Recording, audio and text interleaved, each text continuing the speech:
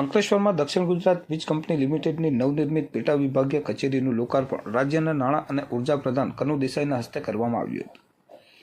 અંકલેશ્વર ઔદ્યોગિક વિભાગીય કચેરી તેમજ અંકલેશ્વર પૂર્વ અંકલેશ્વર શહેર પેટા વિભાગ કચેરી તથા પાલેજ પેટા વિભાગીય કચેરીના નવનિર્મિત મકાનનું નાણાં અને ઉર્જા પ્રધાન કનુ દેસાઈના હસ્તે લોકાર્પણ કરવામાં આવ્યું હતું. નવી કચેરીમાં અંકલેશ્વર ઔદ્યોગિક વિભાગીય કચેરી, અંકલેશ્વર ઔદ્યોગિક પેટા વિભાગીય કચેરી, અંકલેશ્વર શહેર પેટા વિભાગ કચેરી અને અંકલેશ્વર પૂર્વ પેટા વિભાગ કચેરીનો સમાવેશ થાય છે. આ કચેરી 2855 ચોરસ મીટરમાં બિલ્ડઅપ એરિયામાં 6.69 કરોડના ખર્ચે નિર્માણ પામી છે.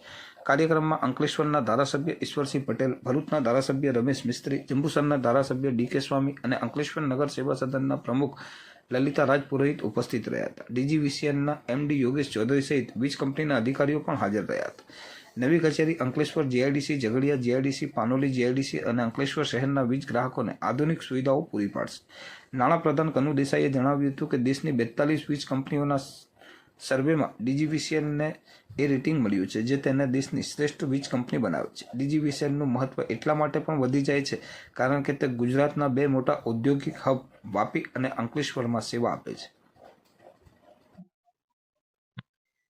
આજે દક્ષિણ ગુજરાત વીજ કંપનીની ભરૂચ ખાતેની વિવિધ ઓફિસોના લોકાર્પણ પ્રસંગે મને ખાસ આનંદ થાય છે કે આ વિસ્તારના દરેકે દરેક ધારાસભ્યો આ લોકાર્પણમાં હાજર છે અને એ જ બતાવે છે કે આ ધારાસભ્યો પોતપોતાના વિસ્તારના લોકોના કામ માટે કેટલા સક્રિય છે. દક્ષિણ ગુજરાત વીજ કંપની આખા ગુજરાતમાં સૌથી મોટા બે ઇન્ડસ્ટ્રીયલ એસ્ટેટ કવર કરે છે, એટલે કે ભરૂચ અને વાપી દક્ષિણ ગુજરાત વીજ કંપનીમાં આવે છે. દક્ષિણ ગુજરાત વીજ કંપની ટોટલ 7 જિલ્લાઓમાં કામ કરે છે. તેમાં આપણા દેશની 42 વીજ કંપનીઓનો સર્વે કરવામાં આવ્યો, એનું એનાલિસિસ કરવામાં આવ્યું અને એ 42 કંપનીમાંથી આપણી દક્ષિણ ગુજરાત વીજ કંપનીને એ રેટિંગ સાથે નંબર 1 મળ્યો છે.